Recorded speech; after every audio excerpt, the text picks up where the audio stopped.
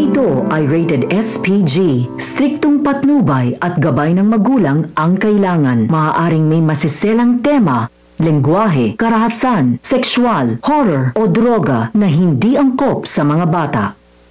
Nagkaalaman na nga na si Mookie ay si Kyla, pero naging malubha naman ang kalagayan ni Mookie. Abangan natin sa Mommy Dearest. Nalaman na nila ang totoo. Alam na rin ni Mookie na anak siya ni na Emma at Danilo at mas naniniwala siya sa sinasabi ni Emma dahil mas nararamdaman niya ang pagiging ina ni Emma. Pero hindi pumayag si Olive na hindi niya mabawi si Mookie.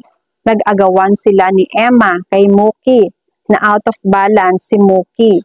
Bumagsak siya at nabarog ang ulo. Naging malubha ang kalagayan ni Mookie. Nag-alala sina Olive at Emma. Lahat ay halos hindi makapaniwala na nasaktan si Mookie. Dali-dali silang kumilos sina Emma para dalhin si Mookie sa ospital. Wala nang malay si Mookie. Napuruhan siya. Nag-alala naman si Ligaya. Malungkot siya para kay Emma. Kung kailan pa naman nila nalaman na si Mookie ay si Kyla. Ngayon pa may nangyaring masama kay Mookie. Hindi man lang nakasama ni Emma si Mookie at hindi sila nakapag-banding ng malaya noon dahil hindi nila alam na si Mookie pala ay si Kyla na tunay niyang anak. Nung kinailangan ng doktor na makausap ang magulang, sina Emma at Olive ang tumayo. Naguluhan ang doktor kung sino ba sa kanila ang dapat niyang kausapin. Nagtalo na naman sila pero inawat sila ni na Danilo para makausap ng maayos ang doktor tungkol sa kalagayan ni Mookie. Pagkaalis ng doktor, nagtalo na naman sina Emma at Olive. Pareho nilang pinaglalaban ang pagiging ina kay Mookie. Matapang si Emma. Sinabi niyang hindi siya magpapatalo kay Olive. Ngayon pa na alam niyang siya ang tunay na ina ni Mookie. Ngayon pa na may taong makakapagpatunay na si Mookie ang nawawala nilang si Kyla. Nanlilisik ang mga mata ni Olive. Nananaginip ba si Emma at yan ang mga sinasabi niya? Para kay Olive, ang taas ng pangarap ni Emma para angkinin si Mookie at akalain na siya si Kyla. Nagpantig ang tainga ni Emma. Inaway niya si Olive at nagbuhatan sila ng kamay sa isa't isa. Tanda ng pagiging galit nila sa isa't isa. Inawat sila ng mga kakampi nila. Pinakalma ni Danilo si Emma. Nilayo niya si Emma kay Olive para matigil na ang sakitan nila sa isa't isa. Gayon din si Astrid. Kinausap niya si Olive. Maging mahinahon siya para kay Mookie. Huwag na siyang makipag-away pa kay Emma. Sa inis ni Olive, kahit si Astrid ay nasigawan na niya. Ika niya, siya na nga tong inagawan ng anak. Siya pa ba ang masama? Diniin ni Olive na siya ang biktima dito, hindi si Emma. Siya ang nangungulila sa anak, pero wala namang masabi si Astrid dahil kahit siya ay nagdududa sa kaibigan. Nang humupa na ang gulo, nakapag-isip-isip sina Emma at Danilo. Sabi ni Emma, gusto niyang pagbayaran ang kasalanan ni Olive dahil sa pagkuha ng anak niya sa kanila, pati na rin ang pananakit niya kay Kyla.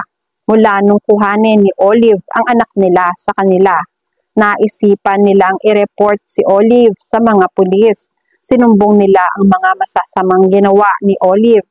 Isinama nila si Bugoy para maging matibay ang kanilang pahayag laban kay Olive.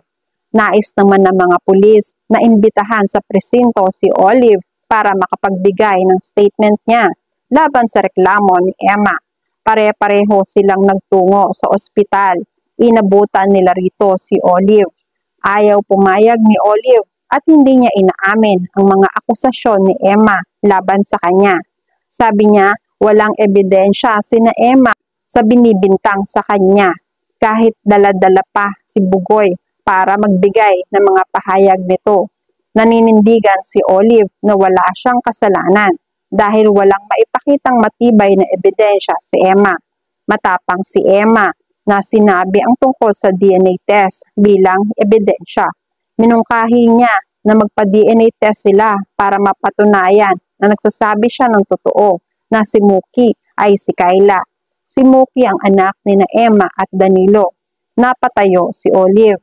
Galit na nakatitig kay Emma. Nag-isip siya ng malalim kung paano niya malulusutan ang magiging resulta ng DNA kapag pumayag siya rito. Sa kwarto kung saan nakaratay si Mookie, malubha ang kalagayan niya. Iyak ng iyak sina Danilo at Emma. Binubulong ni Emma kay Mookie na marami na silang napuntahan kung saan-saan nila hinanap si Kayla. Nasa malapit lang pala siya. Ganon rin si Danilo, umiiyak siya.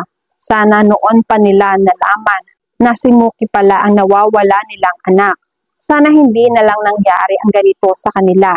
Sana wala si Kayla sa kama ngayon. Sana masaya silang magkakasamang pamilya. Maya-maya ay parang narinig sila ni Mookie. Nag-respond ang katawan niya.